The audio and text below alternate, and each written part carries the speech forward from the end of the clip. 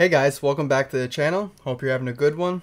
I'm Nick, and today I'm taking a look at Peace Sells But Who's Buying, Megadeth's second album, and to me this is a fairly underrated album. Sometimes it gets foreshadowed by the later albums that Marty Freeman was in the 90s, and it's unfortunate because this one is a banger. Peace Sells was released in 1986, and it consists of the same lineup as the previous album, until after the tours. After they did their tours for this album, they fired Garth Samuelson and Chris Poland due to drug abuse.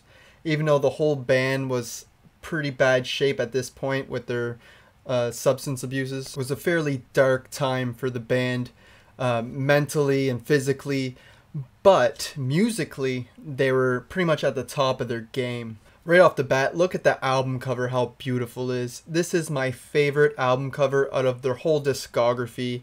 It's really tattoo worthy if you ask me. Really cool how they got like the UN there and Vic Rattlehead right on the cover and his true form. It's just so cool with the jets flying over and everything. I love the colors of red and that mixed in. It's just a really badass artwork. And as for their songwriting, everything's a little bit more tight than on their debut. Whether you're talking about the instrumentations, the production value, and the band hasn't lost their high quality of musicianship.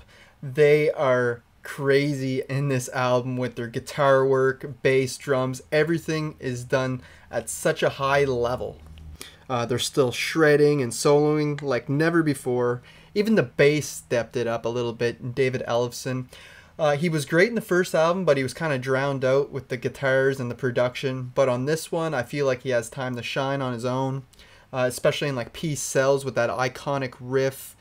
But he also stands out on Wake Up Dead, The Conjuring. There's a few tracks, My Last Words, where you can really hear Ellefson in the background doing his own thing. And again, we get a little bit of that jazz aspect mixed in because of Chris and Gar. Makes the album feel a little bit progressive at times, but it never strays too far away from straight up thrash metal. And this is where we see the band start to get into the more politics and corrupt side of their lyrics, as well as like nuclear war, peace, black magic, demons. It has some very sinister content along with political views. But no matter what the track is, they always stay really consistent with their sound. Now, taking a look at the track listing, it really kicks ass. They still go fast, but a few songs slow things down a bit and let the album breathe. But it's a head-banging trip. Right off the bat, the album starts off with the banger Wake Up Dead, a hit that they still play to this day. And there's no wonder, because it is so, it just makes you want to mosh pit this song. It is badass, and I love the lyrical content in this one too, about trying to sneak back into your house without getting caught. Next up we got The Conjuring, where they dive more into their sinister type lyrics. Of course, we got Peace Sells, which is a huge hit, another one that they still play to this day. You gotta love Devil's Island with its triplets, non-stop triplets like galloping throughout the song. Good Morning Black Friday starting off with its acoustic parts. And really, you go through this whole album, there's not really any bad tracks. They're all 5 out of 5s. The only weak track I'd say was I Ain't Superstitious. But again, that's a cover, just like These Boots was on the first album. So I ain't going to hold it against them too much. But yeah, the second half of the album feels a bit more prog metal than the first half.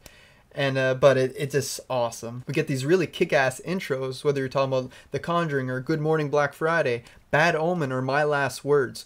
All got these really epic build-ups to the starting of their songs. If I had to choose my 3 favorite tracks on this album, I'd really be splitting hairs. For sure, I would pick Wake Up Dead and The Conjuring, but for my third fave, it depends on the day. Some days it'd be Peace Sells, some days Bad Omen, and other days My Last Words. That's how good of a record this is, where you can't just choose 3 tracks. And in 1986, after putting out an album this epic, everybody knew that Megadeth was no joke and they were here to stay, really establishing themselves in the big 4. I'm going to have to go ahead and rate this album. I have no choice but to give it a solid 10 out of 10. It's pretty much a masterpiece. The only song that I don't think is a 10 out of 10 is I Ain't Superstitious, But again, it's a cover, so I ain't gonna hold it against them. And it's still a killer track.